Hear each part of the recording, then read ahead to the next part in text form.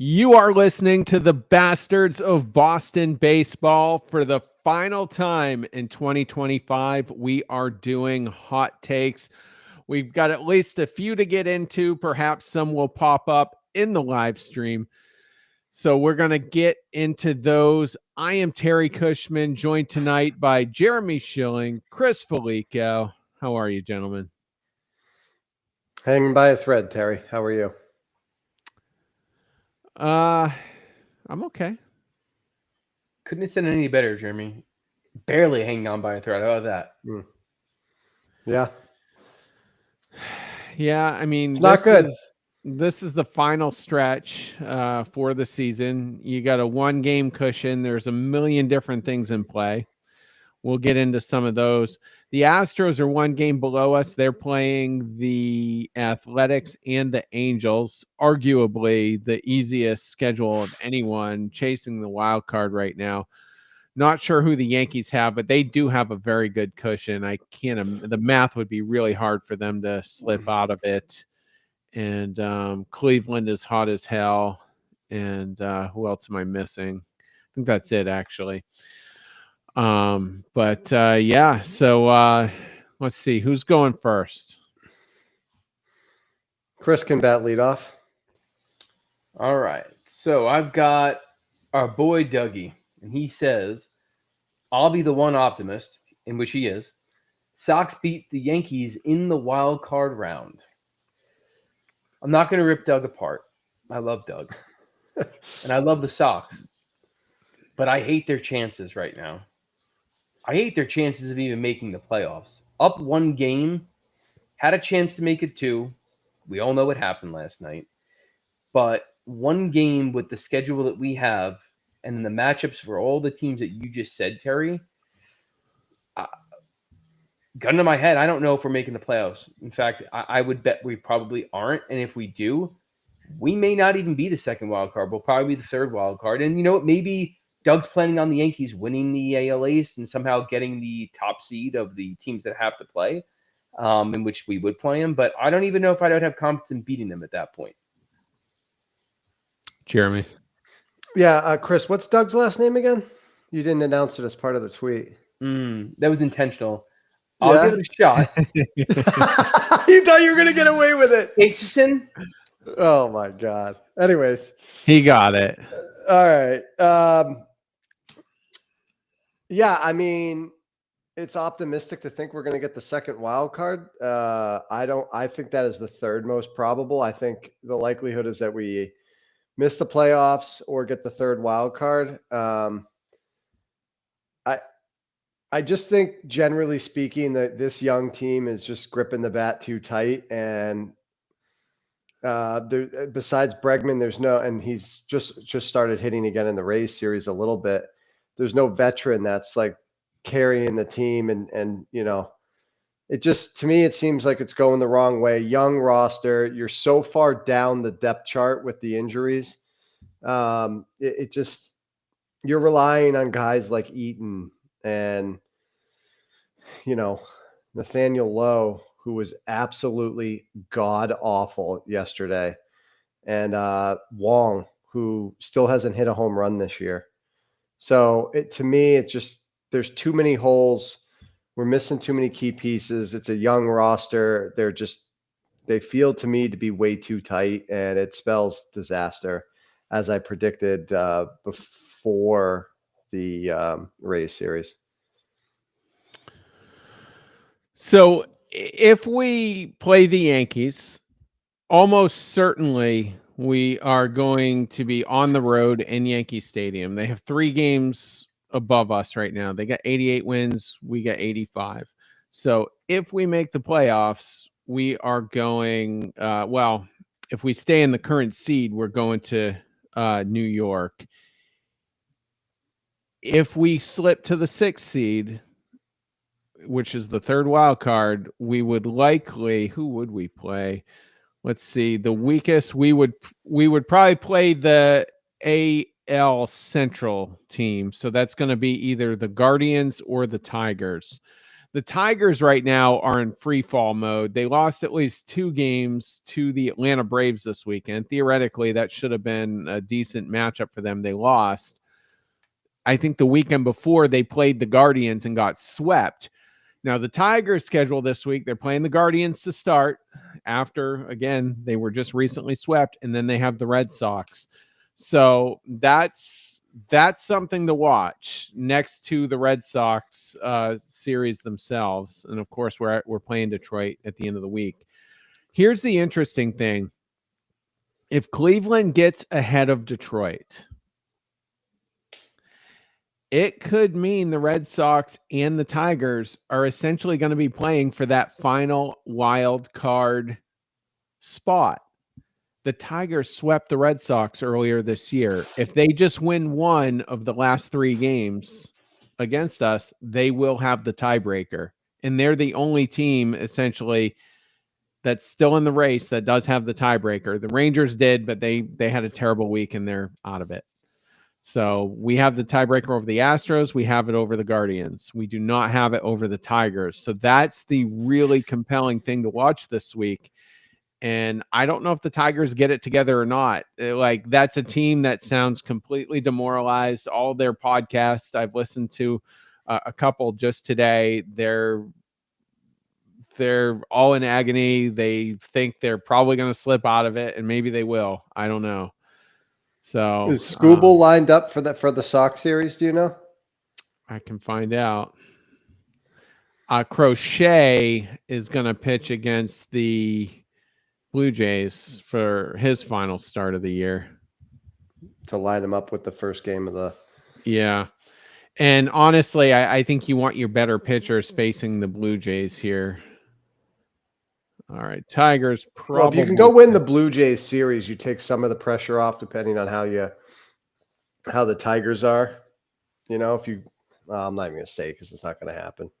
Okay, so Scooble would likely line up for a Sunday start. So that would be the final game of the... oh, my God. I can see it already. Oh. Sox need the game to make the playoffs. Scooble comes out and just shoves. What is that, Scooble versus a bullpen game? That'd be so Boston Red Sox. Well, you know, it could be against Crochet if we want it to be. Who's pitching for the Red Sox tomorrow? Isn't it Crochet? No, he's Wednesday. Oh, never mind. All right. So you would only see Crochet in an absolute code red emergency, probably in 2, 3, 4 innings of relief, if it comes to that. I don't know, man. It's coming down to the wire. And let me say this. I still have to address the Yankees playoff aspect of it. But before I do, if you lose game 1 to the Blue Jays, and who is it? We're facing Gosman. Is it Giolito and Gosman? I believe so. Yeah. So the math is so much more favorable if you win that game. If you don't, then it gets pretty dicey. It gets extremely dicey. So we'll see. The playoffs for the Red Sox essentially start tomorrow. Every 100%. game is a playoff atmosphere. Look, I was actually thinking about this about an hour ago. I look at each series as a playoff series, and you got to win 2 out of 3, and you'll get in.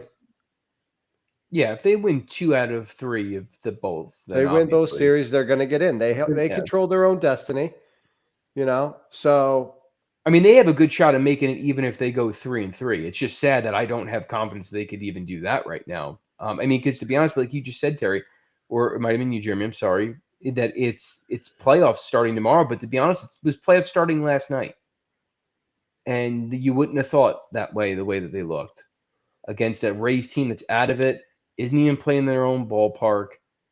And you know what, Terry, you bring up a great point. I wasn't even looking at it from the fact of the Tigers being a team that has the tiebreaker, because we've all been just so focused on the Rangers.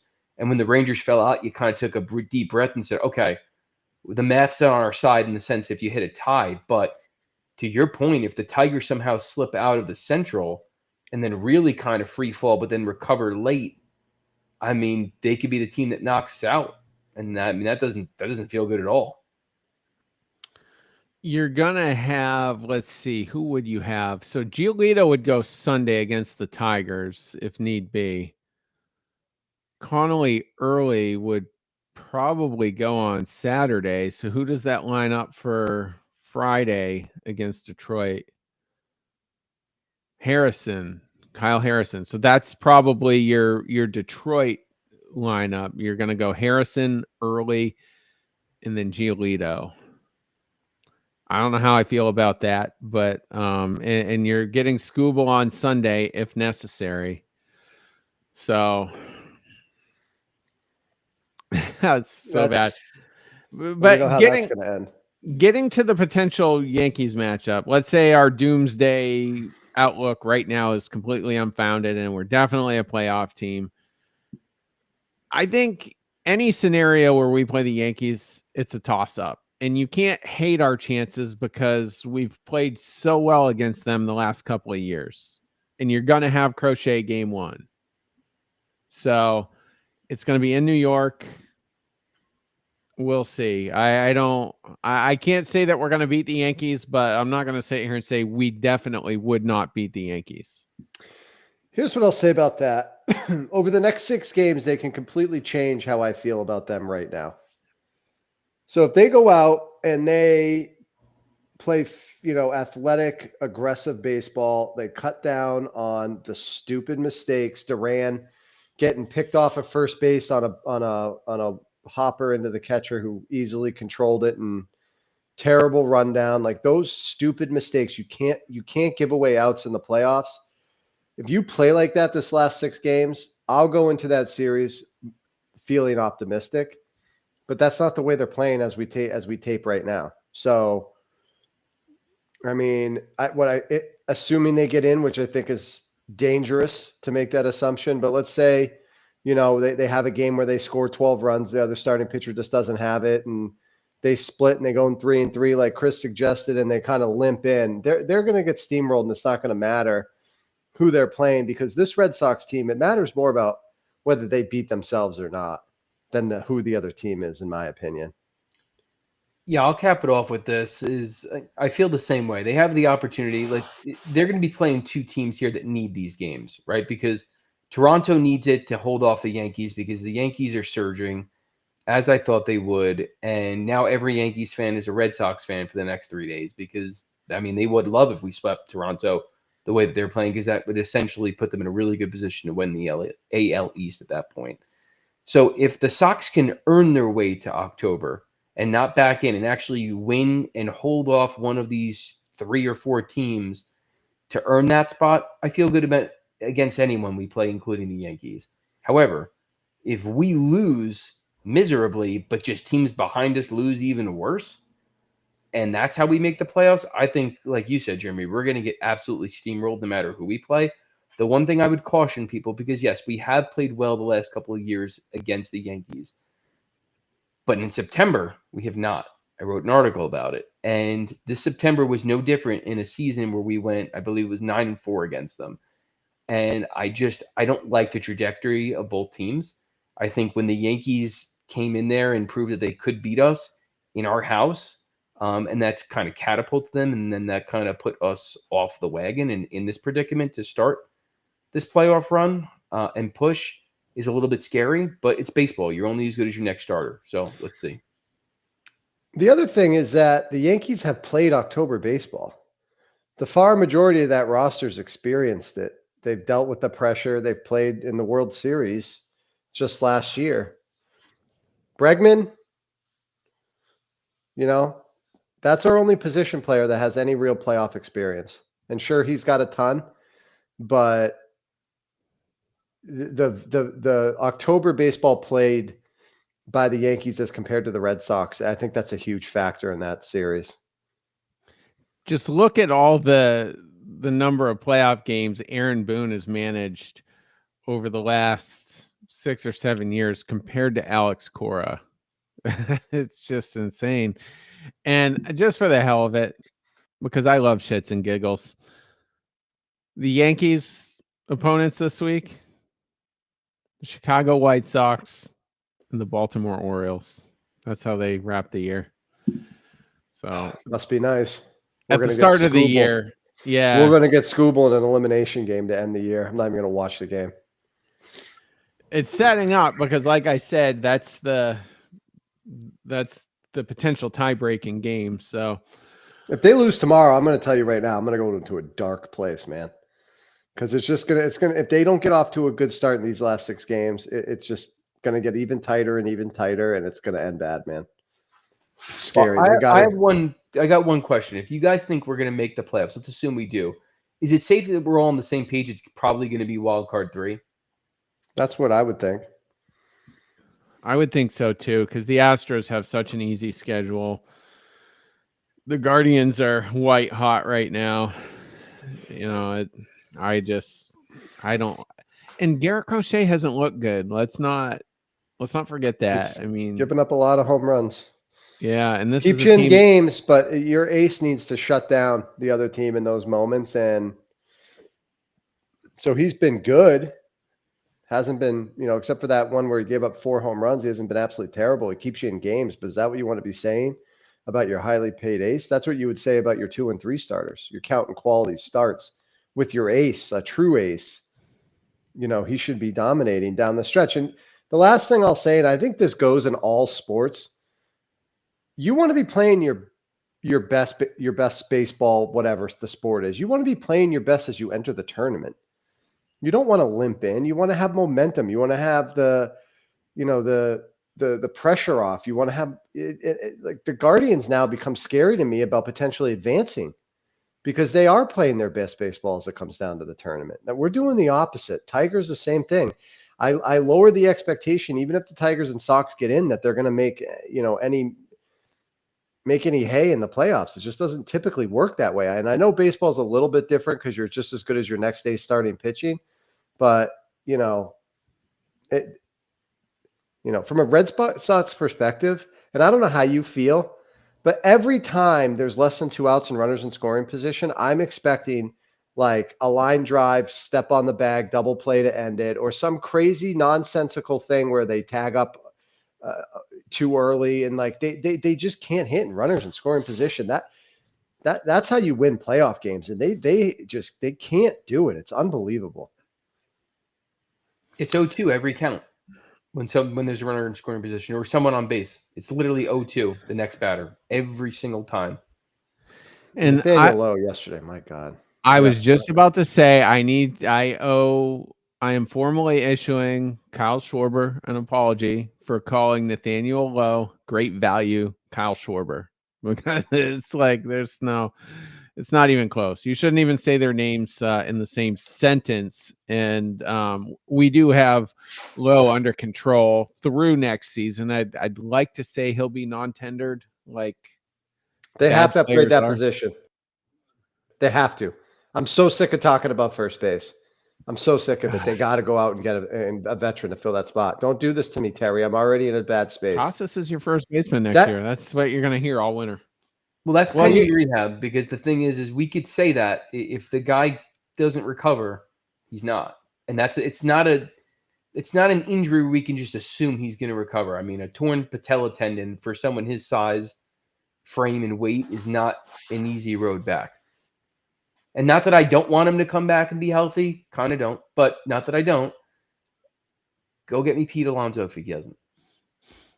If he opts out, that's the guy I wanted more than Bregman, believe it or not. All right, so I was not prepared to talk Casas today. I can't do it. We got to move on. I can't. You guys are going to just drive me nuts. So it kind of ties into mine here. Mine comes from someone who calls himself on Twitter Hazy New England DDD 6.9%. Don't forget the percent. A lot going on in the handle, a lot going on in his bio. He's 30. He's wifed up. He's into music, pets. His pronouns are he, him. He's a garden enthusiast. And anyway, his take. I think we should have not traded Rafi. If Rafi Devers is still on your roster, your minimum in the first wild card, possibly in the division race. And you guys were just saying, we can't get runs across. We can't get runs across. We're stranding runners. You don't have your big power threat. You don't have your big game bat in that lineup. You shipped him for nothing. And we've had holes basically since August. We got by in July. We went on that torrid winning streak where we got, I think, as high as what, 16, 17 games above 500. But yeah, if you got Devers on this team, I feel so much better. And he just brings an energy about him that's contagious. This whole team fires up when Devers has these big moments, and he's not here right now. And you've got a lot of holes. You've got a roster and a lineup that is extremely undefined. And if you guys are right, especially Chris, and we miss the postseason because we have a bad final week, Devers is going to be an elephant in the room topic next Monday morning. Yeah, it's really tough to disagree with that. I would just add the caveat that are we going to get the Devers who is demanding to play DH? Would he have agreed to play first base here? Answers we'll never get. But either way, you can't dispute the fact that even if he is your everyday DH and kind of locks up roster flexibility by doing so, having him in this lineup, I don't think we're talking as negatively as we are with the runners in scoring position issue if he's on this team. He'll at least look, he's not going to get, he doesn't like a 600 hitter with runners in scoring position. But the thing that Raffy was always good at was getting the ball in the air with a man on third and less than 2 outs. You know, infield's back, ground ball, scores the run. And then he'd have the big hit because that's who he is. And we'd have a few more solo home runs as well. I mean, there's no disputing that. There's none. It's a tough answer because he clearly had a hold of the roster flexibility, refusing to move off the DH spot. Now, one thing real quick. It came out after that Devers was willing to play first base if the Red Sox would have committed to him at that position long term, and Breslow would not do it. Devers threw Breslow a bone and said, "I'll do it if you commit to me long term." And again, he wouldn't do it. So there's that angle. But let's just run with this angle. Well, then that pisses me Yeah. off.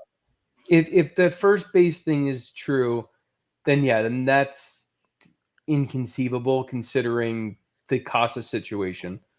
To me, that would have been a no-brainer to commit to him. I would have, again, whether Casas was hurt at that point or not, I would have either drove him to the hospital for surgery or would have drove him home so he never had to play first base and he'd still have a good knee. So that's that point as far as him on first base. It's easy to say we'd be better with Devers. But, and I do think he puts the ball in play better. And I think he would draw more fear from the pitchers, right? And I think he would probably draw walks. He would create opportunities for people behind him, in front of him, whatever you want to say. However, Rafael Devers in his last 15 games, because let's face it, last 15 games is what's going to cost us making the playoffs more than likely if we don't make it. He's batting 127, 55 at bats, has 21 strikeouts, with 6 RBIs. So I don't know if that's enough to have fixed our RBI woes. Not for nothing, the team he was on was in a playoff race for a little bit, and they're not in a playoff race anymore. So he had his opportunity to help the San Francisco Giants make the playoffs with a Mets team in front of him who literally would have handed to him if they just took it. So I don't necessarily know if we would be better off. I think it's easy to say we would. The old Rafael Devers, yes, but Rafael Devers has not been Rafael Devers this year. I know he's got 32 home runs, 105 RBIs, better than anyone on the Red Sox at this point, but that's not hard because this is not a real offense. So would he make it better? It's possible. But the statistics and the sample size that I've seen it's not the slam dunk that we're making it out to be. So this is Terry putting me in a box and making me discuss Casas.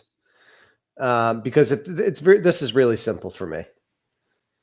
If that's true, and I It's true. I don't imagine Terry making that up, then the only logical explanation are one of two things. One, they're committed to Casas being the first baseman, and I'm going to lose my mind.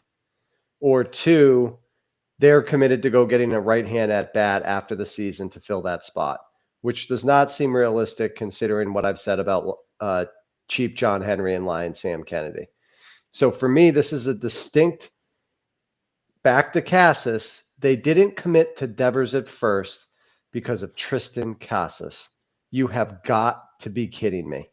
That would be insane. That is insanity. That is so short-sighted. It's relying on a player with no track record, an injury history, and I'm not rooting against Casas. Don't get me wrong. I'm just based on what I see, eyeball test.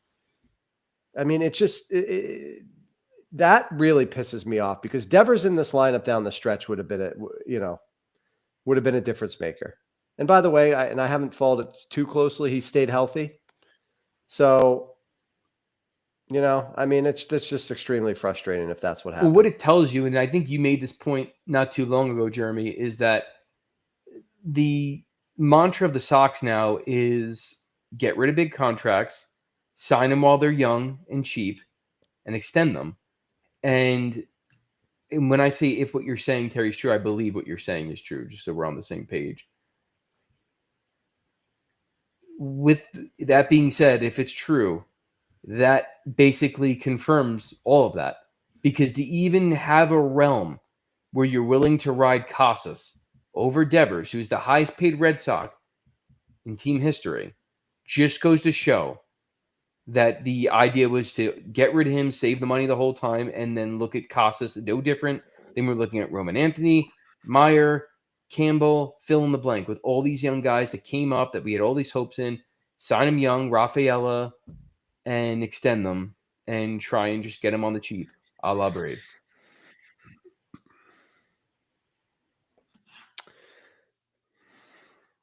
Yeah. Anyways, so our last take is from Chris Wolf at the letter R Sox Watcher. Says Sedane has vastly improved his ABs of the season. He might not walk much, but he's nearly doubled his walk total from last year and drastically lowered his strikeouts. Most improved player award should be his. So, look, I'm a fan of the contract. I'm a huge fan of the player. He made another great catch last night. His creating roster flexibility by willing to play second base and at an extremely high level, by the way, all pluses. His month of July was absolutely epic, and it really was. If you had to pick one player to kind of launch that month, it was Sedane Rafael, in my opinion. Now, until recently, until the Rays series, he was a black hole in the lineup for a really, really long time. He has improved, but I think that just goes to show you how bad he was offensively. With essentially, you could just get him out by throwing sliders off the plate, and his lack of plate discipline, just killed him in 2024. And while it's been better, to me, it's not improved enough to say that he's the most improved player in the Boston Red Sox. For me, that's Brian Bayo. Brian Bayo has been extremely consistent. He's become a legitimate number 2 starter, and I think in most rotations, certainly in ours. And I count on him to pitch 6 innings, 2 runs, quality start every time out, and he's largely done that. And I expect, if we get in a playoff series, for him to get the ball in game 2, and I expect him to give us a chance to win. He seemed to settle down with some of the mental stuff he was going through, where if it went bad, error behind him, he kind of imploded. He's really gotten past that from what I've seen, where some stuff happens and he kind of just gets back on the mound and he's focused and he gets the next guy out instead of worrying what's behind him. So to me, the most improved player in the Boston Red Sox is Brian Bayo. Rafaela still needs to have a pretty big jump forward to be considered, in my opinion, an above average offensive player that should be hitting in the middle of the lineup. Until he stops swinging at balls and striking out the way he does, to me, he's a bottom 3 hitter, 9-spot guy. Now, with that said, because of the way he plays defense at 2 positions, he's on this team. He's going to be on this team probably for the majority of that contract, if not the whole thing. That's what I would want. Set it and forget it guy, but I don't consider him the large leap forward at this point. So that's my response to our Sox watcher. Yeah, I would agree with what you said, Jeremy. He was already a good defender, right? And he's only improved. And Great he's already defender. improved on that. But like he already was a good defender. So if there was an award for most useful player, I would say that, because I mean you're able to put him anywhere and he's going to give you a Gold Glove defense. And let's face it, he's saved our skin quite a bit this season with some of the plays he's made defensively. I don't necessarily know if I would agree behind the plate if he's improved. If we were looking just strictly at the first half of the season, you might be able to make that argument. But it's just not enough behind the plate for me to say he's overall the most improved player. And I would agree with you. I would say it is Brian Bayo, because coming into the season, I think most Red Sox fans with Brian Bayo were like, can he even be a 3 or a 4 at this point? And we probably would have accepted it if he cemented himself as a 3 or a 4 and you just knew what you had. But he quickly elevated his game and his play to a point where he is the bona fide number 2. And the fact that Giolito has kind of been very wishy-washy the last month and a half immediately puts Brian Bayo as the clear number 2 in my mind on this team. And for the most part, with the exception of his last start, he's met that calling. So I would agree with you. And I think going down the stretch, I mean, who do you trust more in their respective starts this week, Bayo or Crochet? I think Bayo has more left in the tank. See, here's the thing. The expectation for Crochet is like 7 innings, 1 run. And so when you see 6 innings, 3 runs, you're like a little disappointed. To me, I think Crochet is going to pitch well in that game. But I expect the same for Bayo. Bayo has, to me, ascended to expecting that from him on a start-to-start basis. So your point's well-founded, but for me, it's still Crochet. All right. Getting over – or go ahead, Chris. No, I was going to say I caught a lot of flack. I forgot. It might have been from Charlie. As far as I think I said that I trusted Bayo going into his last start even more than Crochet going into his last start. And I kind of still stand by that because, pending obviously the defense, specifically the infield, looking like a Little League Mickey Mouse team, the thing that I still like about Bayo for the most part is he gets so many ground balls and is able to generate so many double plays that he goes 6-7 innings for the most part. Whereas with Crochet, yeah, if he's striking out people and everything's going his way, yeah, he can go 7 innings. But as soon as he starts serving up home runs and he starts, struggling behind on the mound, that's where he can get himself into trouble. And that's when all of a sudden a 7 innings turns into a 5 or 6. And it's kind of tough because our bullpen is set up where you turn it over 7, 8, 9. You start throwing in 5 or 6 getting in the bullpen, it's a completely different story for this team.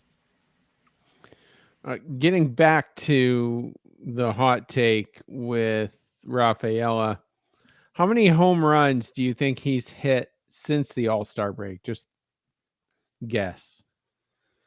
5. I'm going to say 3 or 4. 2 home runs. 14 runs batted in. 10 walks. 10 walks. Woof. That's what 1.3 runs batted in per week since then, if you do the math. And he's come up with plenty of opportunity, by the way. And his for 4 or 5 weeks, he was Mookie Betts. That's who he was on this team. That's what he was doing. Just a machine, balls going over the fence, multiple walk-offs, rifling that ball. And I think that's one of the reasons Breslow didn't really make a move for a bat at the end of July, because he's like, well, we've got a number of guys performing well. Romy's killing it. Raphael is killing it. Bregman was doing pretty good. And so, there was a lot of fool's gold on this team in terms of what we thought we had. And so we're kind of in that position right now. Another glaring stat to me, his slugging percentage. Now you want that to be, at least in the low to upper fours. His slugging percentage, I just lost him. It's Here it is. 324 in the last 30 games. It's 288 since the All-Star break. Oh, Oof. my goodness. OPS of 539. So not getting it done. And one of the other things I would have said about Devers, even if he didn't go to first, you're not getting all of those ground balls to first and second base that you're getting from Yoshida right now, who is just absolutely giving you nothing just about. He did drive in one or two the other night, but he's going to do that every 13th game probably. So it's just, I'm not saying no one rolls over on a ground ball better than Yoshida. Nobody. So frustrating. Just a major negative. But do we have one more hot take? Yeah. That was it. All right. Well, Terry, who's your most improved player in the Sox as a sign off here? Jeez, I was trying to think of a solid candidate, but it's Bayo, or you could say Giolito as a comeback player in general, I guess. But has Duran improved? No, not that you were expecting him to, but he's regressed. He's definitely regressed. Connor Wong's regressed. Narvaez is a rookie, so that doesn't count. Abreu has been about what he was. Maybe he's improved actually offensively. I think he's improved. The injury in the last month killed his momentum. Yeah. Obviously. So I guess you can make a case there for Abreu, but it's Bayo all day. Well, you could throw one more in. There's one more you can make a case for. And it shouldn't be the biggest shocker, but Whitlock has had a very good year. Now that he's finally had a defined role, which he could thrive in. So I would say he's more like Story would be another one for comeback player of the year type of thing with Giolito. Story's year really is special when you put in how bad or how unavailable he's been for the preceding 2 or 3 years. True. Yeah, Story's comeback player of the year. I mean, Giolito's if Giolito's not an everyday player, I mean, the fact that Story went from literally not being able to play more than like 10 games a season seemingly to almost playing a full season, shortstop every day for this team with this craziness. Yeah, it's comeback player of the year. Yeah, absolutely. All right. So we will be back tomorrow night. Totally different crew. I don't think any of the three of us are on. It's Jason, Nick, and Doug will have the first game of the Toronto series, and it's a big game. So we'll see what happens there. Big week. I know. I'll be back for the third game of it, and then game 1 of Detroit. So we'll see what happens. Everybody have a great Tuesday. Take care.